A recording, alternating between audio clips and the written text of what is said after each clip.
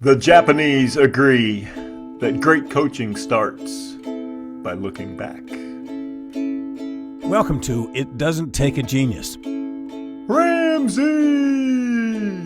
Marshall, anytime we can talk about the Japanese and their tremendous ability to increase production, I'm down for it.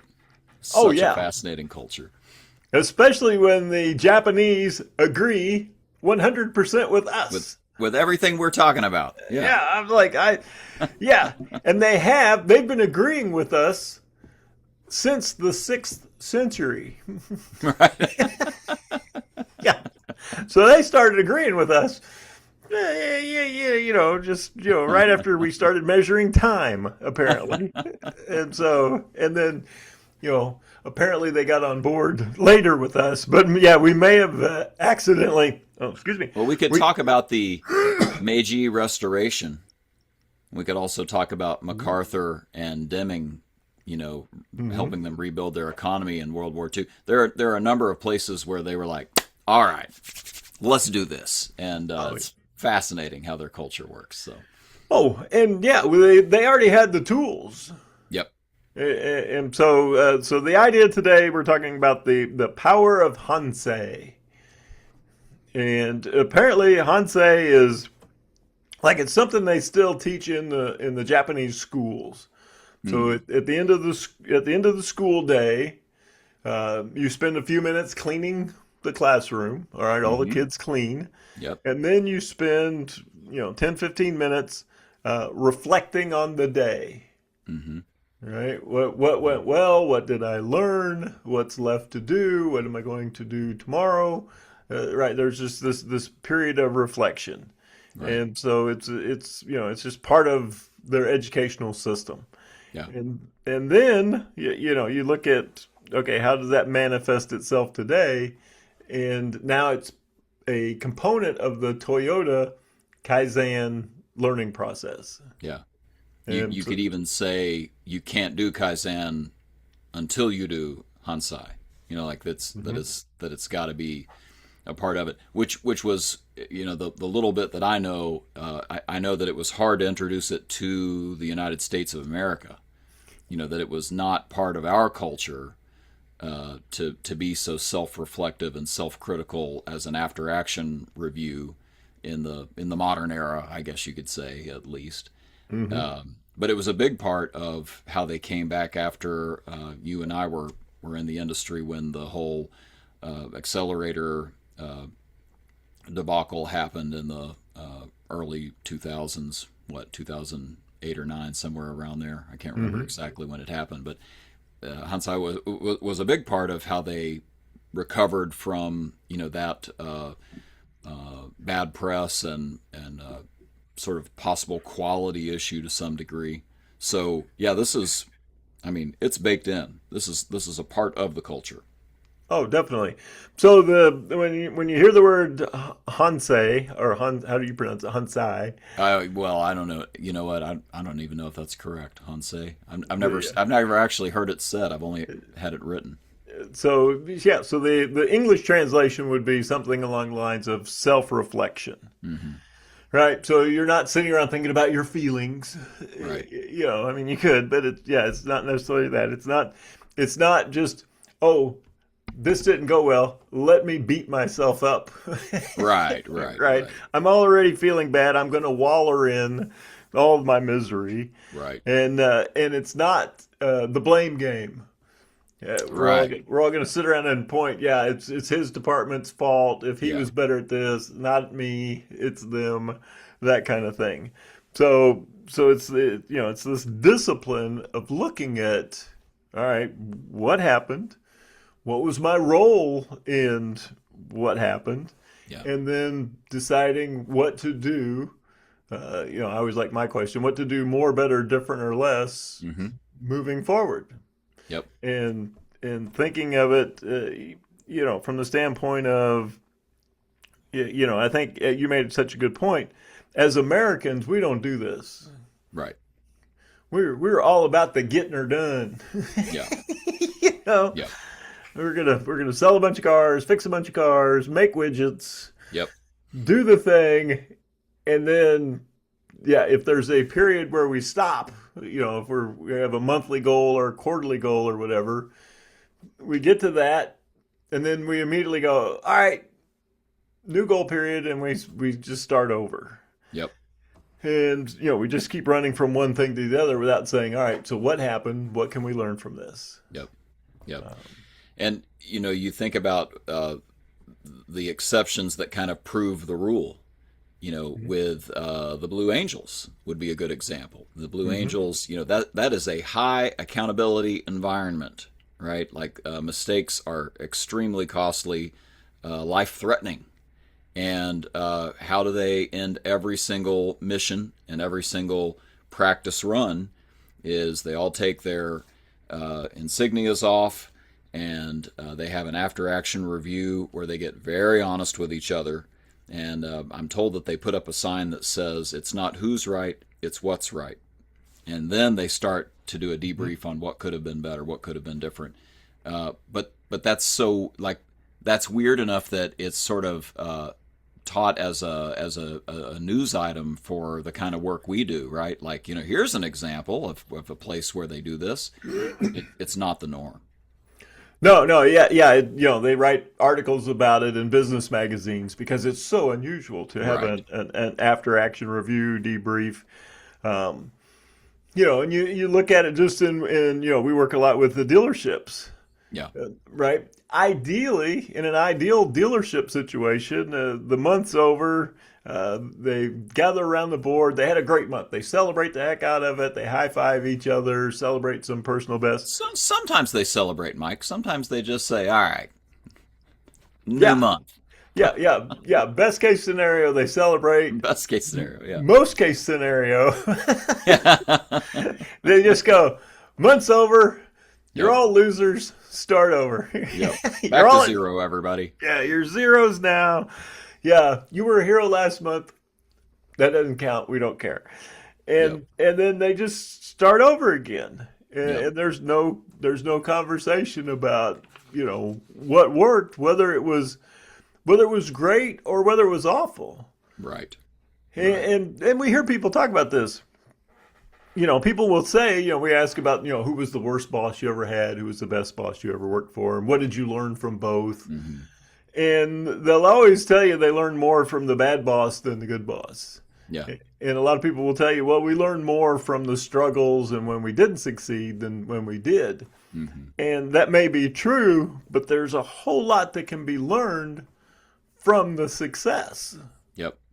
If you'll implement the system where we will go back and examine that. Right. Right. So yeah, we have a fantastic month. Man, great job, you guys. I need you to just get out there and do it again. Yep. Do what? Yeah.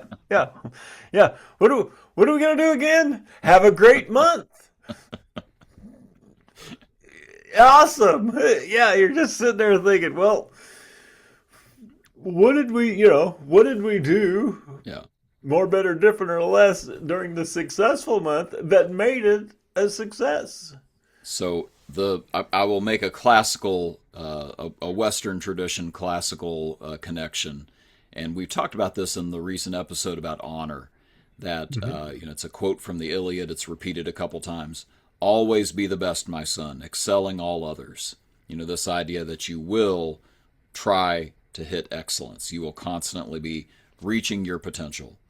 And I couple that with something that was written a little bit later in Greek life.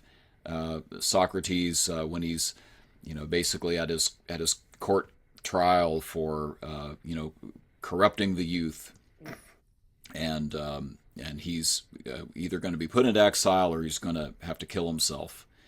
And at some point he mutters, "The unexamined life is not worth living."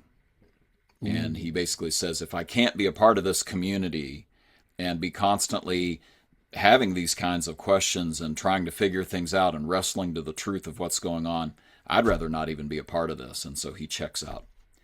But that, think of those two ideas together, right? Like we want to be the best. We all do, right? But you have to examine your strengths and your flaws to be able to rise above where you're at now. So they have to go together. Well, the Japanese figured out a way to make sure they go together. Oh yeah. The examined life, the examined success. Yep. Right. If you don't understand the behaviors that created the success, then you're relying just on pure luck Right. to recreate that success the following month, the following quarter, the next year. Yeah. And so, yeah, you're literally driving blind, and then when it doesn't work, now you've got so much more, effort involved in, figuring out, all right, where did this thing go off the rails? Yeah. Because we didn't understand what the rails were to begin with.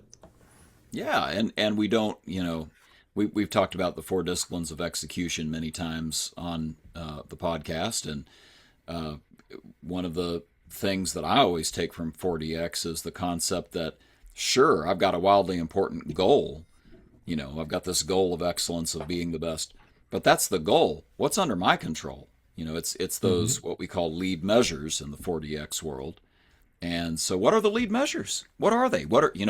It's going to take an after action review. It's going to take some kind of regular self-reflection to figure out what are the things we're doing that are causing us to win. Let's do more of that. No, it's such a good point. The idea that, when you think about our coaching, usually it starts too far forward. Yeah. So the idea of, all right, so what are you going to do? All right, you had a bad month. What are you going to do? Yep. How are you going to turn that around? Yep. Well, and as I'm about to say this next few sentences, I can hear the people in the D's and the C's in the world just cringing. Because the step that needs to happen, the Hansei, is the examination, the reflection on what did happen, what worked, what didn't work, what are the opportunities left undone. Yeah. And so, the D's and the C's in the world are all about, I don't need the pregnancy, just give me the baby. Yep. Yep. skip a bit, brother. Yep. Skip to the end, Yep. and let's start there. Yep.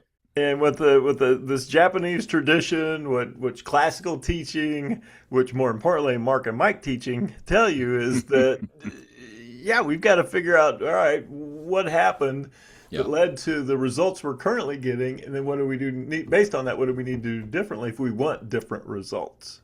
Yeah, I love the expression that Will Guidara uses in his TED Talk about the famous hot dog incident at 11 Madison Park, and he says that he started obsessing over the hot dog, and the fact that they had this home run moment with the hot dog, and he says, "What happened so that it could happen?" Like that's the question, right? What happened so that it could happen? I love it. But those are the kinds of questions, and in fact, you've suggested many of them in a it could be in a coaching conversation, it could be a group facilitation. Do you mind if can I read these off, because they're just yeah. And as you read them off, we'll ask all our listeners, both of you, to figure out what do all these questions have in common. Yeah, I like it. So here's the list. What were you hoping would happen? What actually happened? Where did the conversation start getting away from you? That's for a particular sales conversation. What did you do that helped? What did you do that may have made things harder? What did you do that may have made things harder? If you could replay one part of that conversation, which part would you change? What will you try next time? I love them. I love these questions. Yeah, so just amazing, as our listeners, both of you have figured out because you're brilliant. All but one of them started with what, and you can go back and watch our episode on what versus why questions. But the idea that you're starting and you're asking a question that starts an open-ended conversation where people start to discover through self-examination. All right, what did I do well? What are my opportunities? What am I going to do going forward? And therein lies the learning. The heavy lifting is being done by the person being coached, not by the manager who wants to, I get it. Everything's moving fast. You want to save time. It's easier just tell them, I can see it. It's obvious what they need to do different. I'm just going to tell them. Yeah. But that's not where the learning takes place. And more importantly, that's not where the wholehearted execution of the change takes place. Yeah. I think that's a good way to put it. And, again, this goes back a little bit to classical thought that you have a dialectic, you have a dialogue where you are arguing, frankly, you're arguing, but you're arguing to the truth of something. You're trying to look at all angles so that you can get to what's actually true. And I think these questions set you up to have that kind of a discussion where you really get down to what's the big deal here? What's the most important part? What's the part that I own that I can take forward? What's the thing we need to change? So anyway, and you've I think you've got a pretty cool idea here with the coaching loop. You want to share that? I think that's just this in practice. Yeah, you think about, all right, so what does this look like in practice? And when you look at it, you're going, okay, this is very similar to our respect-based coaching model. It's incredibly similar to the GROW coaching model, the goal, the reality, the options, and what will you do. So yeah, you're starting to go, all right, a whole bunch of people have come at this from different angles, and they all end up in about the same place. Yep. It's like, there might be something to this. It's almost like human nature revolves around some of this. Yeah, apparently so. Yeah, it survived millennia of execution. Yep. So yeah, step one, expectation. The idea, the what question there would be, what were you trying to accomplish? What were you hoping to accomplish? Yep. And so what does good look like? What did success look like? What was your goal? Just starting there. So make sure that we're all on the same page. Because some people, you start a conversation, they may have thought they hit their goal. Yeah. Well, I thought I had a killer month. Yeah. And it was nowhere near the expectation of the organization or the manager. Yeah. So let's get on the same page with what was the expectation. Yep. And sometimes the person you're coaching had a higher goal. Yeah, I know you guys wanted me here, but my goal was actually this. And they're actually really frustrated. Yeah, they're like, I can't believe I'm not, at this level. Yeah. And so far beyond whatever expectation I had for them. And then just like in GROW, the next phase is the reality. All right, so that was your expectation. That's where you wanted to go. What actually happened? No excuses, no blame, just what actually occurred. Right? Let's get really curious here. Let's just dive into this and figure it out. From start to finish. And then the next piece is ownership. This is a question we ask managers all the time. Managers are struggling with a poor performing team member, and they want to talk about the team member. And we always go back and say, all right, we'll get to that. But first of all, what did you do as the manager that contributed to their current non-performance? Yeah. Let's just talk about what they're not doing. and this is, we got to give credit to Greg Tansky, one of our mentors, who, these first three items, expectation, reality, ownership, his version of that was, and we were taught this in the mid 2000s at least. What did you intend to happen? What happened instead? What actually happened? And then, what part of this do you own? And that gets you to a pretty quick opportunity to get to an insight. So, but the coaching loop keeps going from there to the next stage is learning. Yeah. What did this experience teach you? What is this? This is where experience becomes wisdom. The idea that, I can, how many times have we heard in the car business, that guy's been selling for 12 years. I said, so you got a 12-year veteran? He goes, no, he's just repeated the first year 11 times. Not examining. Yeah. With a less examined, career, he's just like a first-year guy. He just keeps repeating it over and over because he's not learning, he's not growing, he's not taking anything away from the experiences. Right. And so the idea that yeah, what did this experience teach you? And that question right there, oh my gosh. Yeah. You talk about people really, really having, epiphany moments, light bulb moments where they just go, And, oh yeah, and that's very where practically speaking, right? You can't do this. You have to ask that question. I guess that's what I want to tell all of our managers. You think you know what their insight is. You think you've read their body language, their tone of voice, once they've walked through, the first three questions about what they own and so on. You've got to just point blank ask the question, what did this teach you? We asked the question, what was most useful for you here? Those are questions that you just don't know what's going on in their head until you ask. You've got to give them a chance to say it out loud. It's so powerful. Mm-hmm. Well, and you said a key thing there. They have to say it out loud. They have to say it. Yeah. So here's what you should have learned from your experience. Right. Blah blah blah blah blah. Right. No. Yeah. Yeah. Now it's just bouncing off their skull. I don't know why you're suddenly calling my parenting into question, but yeah. Yeah. I'm so guilty of this. You mean this works at home? Yeah. Wait a minute. Right. Hold it. Yeah, this is not the family hour. I don't know what you're doing, Ramsey. And so, yeah, step 5, the adjustment. Right. This would be the what will you do step in the W in grow. Right. What will you do differently next time? What will you do differently going forward? What will you do more, better, different, or less as we continue? And this is where you shift from Hansei to Kaizen. That's right. So yeah, we've done the examination, we've done the heavy lifting, we've dove in like Sherlock Holmes and done the investigation. We figured out some things, and then the implementation of what we're going to do differently is that can I get 1% better? Can I continually improve? And that's where this part comes in. And that's why, in coaching, we've said this many times that, coaching is about reaching awareness and taking action. And we've talked about in a previous episode about you've got to name it to tame it, right? Mm-hmm. Well, the assumption is that you have some awareness, that you are naming something, right? That you then take action on, that you then go and tame, you then go and make an improvement. And if you don't let this final step happen, so that's the issue, right?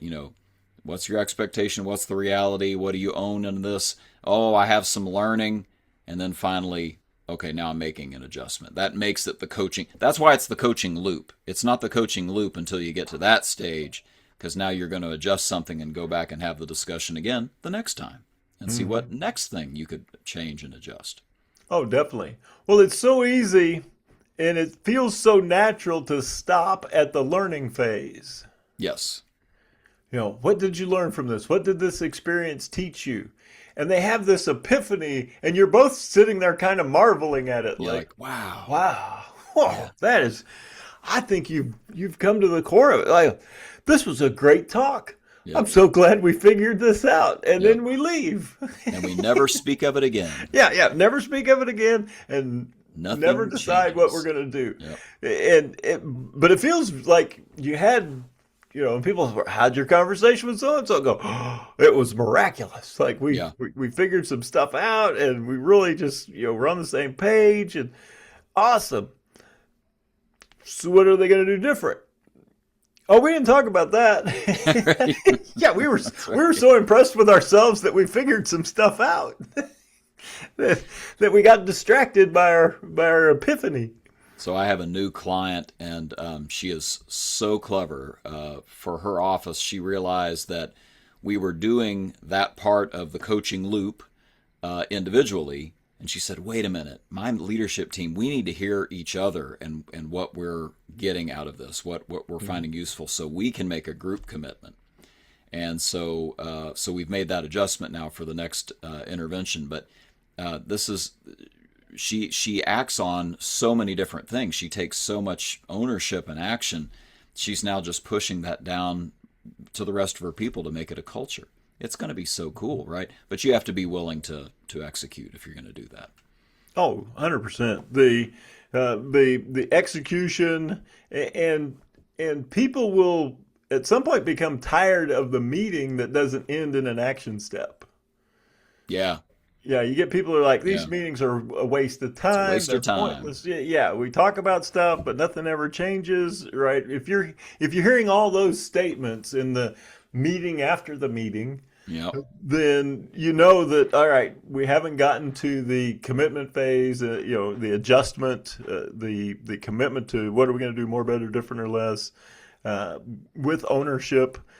So yeah, you know that, man, this we were so close, Yeah. but this is not what's going to move the individual, or in like in your story example, the whole department forward. Right. Right.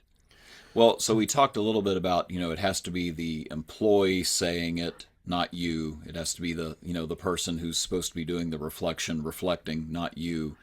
And so, really the manager has to resist being the hero in these kinds of situations. And I know that's hard because so many managers, you rose to the ranks because, and we say this a lot too, right? You were a great firefighter, you were a problem solver. So why don't you just keep fighting fires and solving problems? Wouldn't that be great, right? Like that's your value. Well, not anymore, right? You're, as Marshall Goldsmith says, we say this a lot too, what got you here won't get you there. So you're going to have to sort of take a back seat and allow them to do the processing out loud as you have this conversation. And your job is going to be a good coach and ask those questions that keep facilitating the conversation around self-reflection. Oh yeah, and I believe we have an episode on the advice trap. That's right. The Michael Bungay Stainer book, The Advice Trap, where he tells us as leaders we all have this we either want to save it, tell it, control it. Yep. We want to be the hero. We want to put on a cape, make it all better. Yeah, I solved the department's problems. I solved your problem. Right. And I did it by telling you what you needed to do differently. And so the goal is of this system and all the systems that we talk, and the learning that you talk about, that we want people to be able to solve problems for themselves going forward. Yeah. Where we teach them a system to think things through, where they can do Hansei, where they can do reflection, where they can think about, all right, what worked, what didn't work, what am I going to do differently, and commit to that action before you ever speak to them. Yeah. And so when you tell them what to do, when you're the hero, it disempowers and it demotivates. So that is, it takes a lot of humility for the leader to do that, to sort of say, I'm going to be patient and let them, come to some conclusions. And I would say that sort of takes us into another thing we need to talk about, which is there's a lot of humility required in that it better be a safe place to have the conversation. You have to have some psychological safety, as they say. We talked earlier about how we might be tempted to do the blame game. Well, that won't work if you really want Hansei to help to happen. Is that you've got to be able to talk through what we did not do well, what an individual perhaps or a department perhaps did not do well, and this is challenging. This is challenging to do. There are a lot of corporations out there. I know Alan Mulally has talked about this, that Bill Ford told him when he came to Ford that the culture here is like the Kremlin. If you make a mistake, you're going to get a knife in the back. Somebody's going to take your position, and so this is hard. This is really hard. Successful companies struggle to do this. Oh yeah. Well, and how many managers do we have that tell us, I have an open door policy? Right. People can come in at any time and tell me what's going on and how things could be better, and and then the question is always, well, how many people have walked through that door? And then if you take it a step further here, how many people have walked through that door and told you that they messed up? Right. Right. And as a manager, as you're listening to this, you can think, all right, when was the last time an employee walked up to me, one of my team members walked up to me and said, I made a mistake. Yep. And I want to think it through and, let's figure out what we're going to do with it. And have you created an environment that's safe enough for me to admit that so that we can work on it together and figure out what to do going forward? And you could be the best manager in the world, the most well-meaning leader in the world, and you're probably still going to have to, prime the pump a little bit, and go to them and pull this out of them if they're, from another culture that doesn't do this very often, new to your company, or this is a new thing for your company. You're going to have to allow them to take accountability and show them that it's okay to have that happen. Yeah, it should be rewarded. Right. Right. Remember Right. we were on a project and the owner of this dealership came to us and somebody asked him, what's your idea of a perfect day? And he was like, my idea of a perfect day is when people bring me problems. He says, just come to me with either a problem or an opportunity. He says, if I go the whole day and nobody brings me anything, then we didn't have a chance that day to get better at anything. Yeah. He said, if you're willing to say this is where I fell short, this is where it's not working, man, we can dive into it. Yeah. But if I don't know and you don't tell me, we can't fix anything. Right. And he says that's the worst day. Yeah. When nobody tells me what could be better. I think it's huge, and that means it's becoming a habit, right? If that kind of thing is normal for your people to just come to you. So you had an idea about sort of a habit that a company, an organization could get into called the 5 minute Hansei. The 5 minute Hansei, yes. Well, and you can have this conversation. This could be at the end of a very important meeting. Maybe we're reviewing the monthly numbers.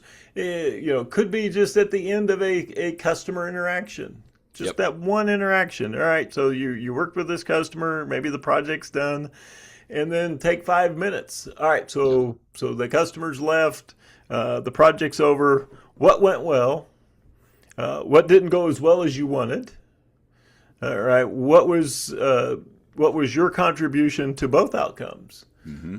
Ooh. So what did you contribute that made it go well? What did you contribute that kept it from going as well as you wanted? Yep. And then what will you do next time? Yep. And so it dovetails wonderfully with the feed forward. Yep. Where we're not going to say, all right, let's just stay immersed in what you did wrong with this previous experience, this project that just ended, the conversation that just ended. It's, all right, here's what we learned for it. When you're in the same situation or you're running a similar project or you're talking to a similar type of customer, what will you do differently? Yeah. And so it's next time. Yeah. Yeah, next time. This is forward focused. It is we talked about the coaching loop, the Hansei coaching loop earlier, and this is kind of that, but it's personally for you. Like you said, after an intervention, after an action, after that coaching session with an employee, you're trying to get better. One of the ways I was taught to coach was literally after every single coaching session, basically ask these questions. Yep. Nobody said any Japanese words to me at the time, but this is basically what we were doing. Oh yeah, yeah. I mean, it fits perfectly with all our coaching models, with the Grow model, feed forward. It's just amazing how it all aligns. And so here it is coming from another culture that's discovered the same way to achieve excellence. That's it. Well, let's close this thing. Maybe one of the reasons people repeat mistakes, isn't because they lack experience. It's just that they don't do anything with that experience. They don't reflect on it and take it forward. So we're in the experience economy, right? Where our customers are having experiences all day long. We're trying to give our employees experiences all day long. Well, you're having experiences all day long. And if we can take those experiences, what worked, what didn't, they all contain some information that we can pull forward if we're willing to reflect on them. So I think that's it's just asking these questions is really part and parcel to what we're suggesting here. If you were to reflect on this episode, right, dear listeners, both of you, the questions we just went over, right? What went well, what would be better done a different way the next time? How did I contribute to those outcomes? What am I going to do different? If you reflect on those things, I think you will find this to be a powerful little experience that you just had that can really, honestly, be such an incremental game changer that it's just not even funny that it's an episode. It's so life-changing. Very well said. I'm done. Very well said. Yeah, the idea that experience doesn't automatically make us better. Examined experience makes us better. So good. And the good news is, it doesn't take a genius. So go ahead and tweet that. Or share it any other way you want.